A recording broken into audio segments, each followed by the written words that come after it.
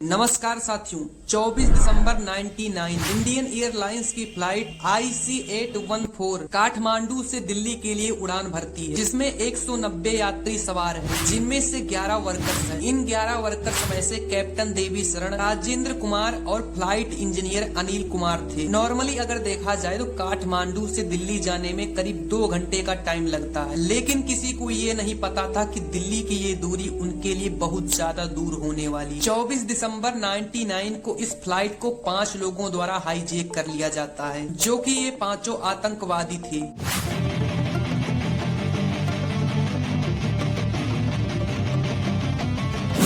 Indian airlines की काठमांडू से दिल्ली की फ्लाइट IC814 अचानक हाईजैक हो गई। ये आतंकवादी इन यात्रियों को रिहा करने के लिए इंडियन गवर्नमेंट से $200 मिलियन की डिमांड करते हैं और कुछ आतंकवादियों को जेल से रिहा करने की भी डिमांड करते हैं, जो उस टाइम दिल्ली के जेल में बंद थे। तो आइए साथियों, आज हम इस वीडियो में इस घटना को गहराई से समझते हैं। This is your captain speaking. Flight IC814 has been hijacked. Indian airlines की काठमांडू से दिल्ली की फ्लाइट IC814 अचानक हाईजैक हो गई। तो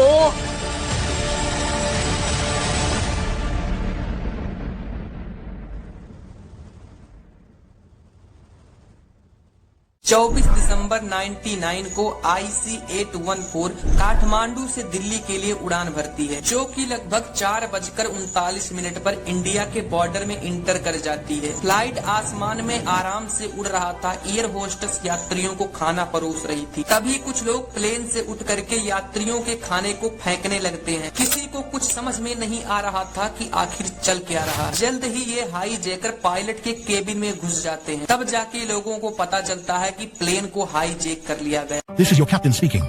Flight IC814 has been hijacked. Indian airlines की काठमांडू से दिल्ली की फ्लाइट IC814 अचानक हाईजैक हो गई। 4:56 पर दिल्ली एयर कंट्रोलर को जाकर के इंफॉर्मेशन मिलती है कि काठमांडू से दिल्ली जा रही फ्लाइट को हाईजैक कर लिया गया है। प्लेन हाईजैक होते ही महिलाओं, पुरुषों और बच्चों को अलग कर दिया जाता है और उनके आंखों पर पट्टियां बांध दी जाती हैं ताकि वो कुछ देख ना सके। प्लेन में कुल मिलाकर 5 हाईजैकर्स थे, जो कि एक दूसरे को चीफ, भोला, शंकर, डॉक्टर के नाम से बुलाते थे, जो कि ये हाईजैकर्स के फेक नेम थे। विदेश मंत्रालय के अनुसार इन 5 हाईजैक का रियल नेम इब्राहिम अतहर, शाहिद अख्तर, अहमद काजी और जाहुर मिस्त्री था। ये हाईजैकर पायलट को बलपूर्वक आदेश देते हैं कि प्लेन को पाकिस्तान की तरफ ले जाया जाए, लेकिन यहाँ पर पायलट के सामने सबसे बड़ी प्रॉब्लम थी। प्लेन में फ्यूल खत्म हो चुका था। पायलट हाईजैकर से कहते हैं कि हमें इस प्लेन को रिफ्यूल करवाना होगा, इसलिए हमें प्लेन को अमृतसर में ही उतारना पड़े। इस बात को हाईजैकर्स साफ मना कर देते हैं। हाईजैकर्स का कहना था कि प्लेन को पाकिस्तान में ही लैंड कराया जाएगा। इंडिया की तरफ से पाकिस्तान को मैसेज भेजा जाता है कि पाकिस्तान इस हाईजैक प्लेन को इमरजेंसी लैंडिंग की अनुमति दे, लेकिन पाकिस्तान साफ साफ इनकार कर देता है कि इस प्लेन को हम अपने यहाँ लैंड नहीं करने देंगे। बड़े ही दहशत के बाद हाईजैकर्स ने प्लेन को अमृतसर में उतारने की अनुमति दे दी। साथियों, यहाँ पर बड़ी ही इंटरेस्टिंग बात यह है कि इंडिया का ही हाईजैक हुआ प्लेन इंडिया में ही लैंड कर, ये अपने आप में बहुत बड़ी बात हो जाती है। ये इंडिया के पास बड़ा ही गोल्डन टाइम था जब NSG कमांडो इन यात्रियों को बचाने के लिए अपना रेस्क्यू ऑपरेशन कर सकते थे, लेकिन यहाँ पर इंडिया एक बार नहीं बार बार गलतियां करता जा रहा। उस टाइम इंडिया के प्राइम मिनिस्टर अटल बिहारी वाजपेयी थे,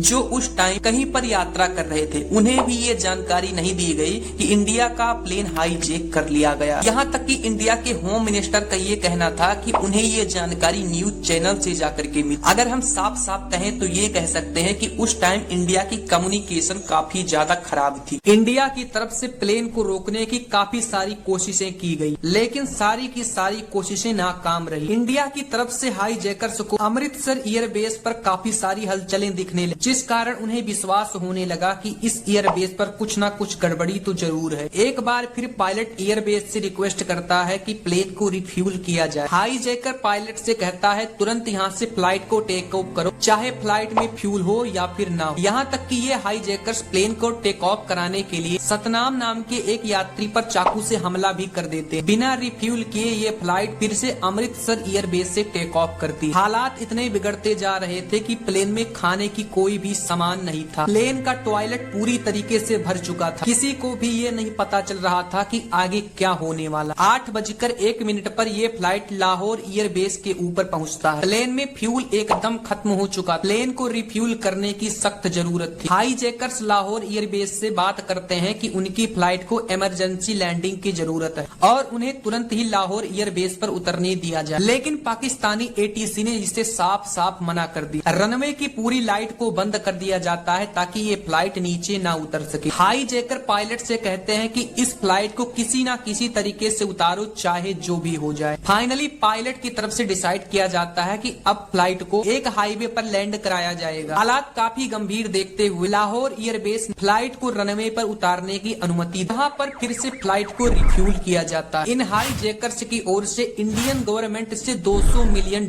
की मांग की जाती है और उन आतंकवादियों को भी रिहा करने की बात की जाती है जो उस टाइम दिल्ली की जेल में बंद थे। हाईजैकर्स का कहना था कि हम यात्रियों को तब तक नहीं छोड़ेंगे जब तक इंडियन गवर्नमेंट हमारी डिमांड को पूरी नहीं कर दे। फिर से ये फ्लाइट लाहौर से कांधार के लिए टेक ऑफ करती, लेकिन उस टाइम कांधार में सबसे बड़ी समस्या ये थी कि किसी भी फ्लाइट को रात में रनवे पर नहीं उतारा जा सकता था। पायलट ने फाइनली डिसाइड किया कि प्लेन को अब गल्फ कंट्री में कहीं उतारा जाए, लेकिन इस बात की जानकारी मिलते ही सारे गल्फ कंट्री अपने रनवे को बंद कर देते। फाइनली 1:32 पर दुबई में इस प्लेन को लैंड किया जाता है। दुबई की सरकार और हाईजैकरों के बीच काफी सारे बातें होती हैं। उसमें दुबई की तरफ से शर्त रखी जाती है कि हम प्लेन को तभी रिफ्यूल करेंगे जब आप यात्रियों को सही सलामत छोड़। फाइनली आगे चल करके ये हाईजैकर्स दुबई के शर्त पर राजी हो जाते।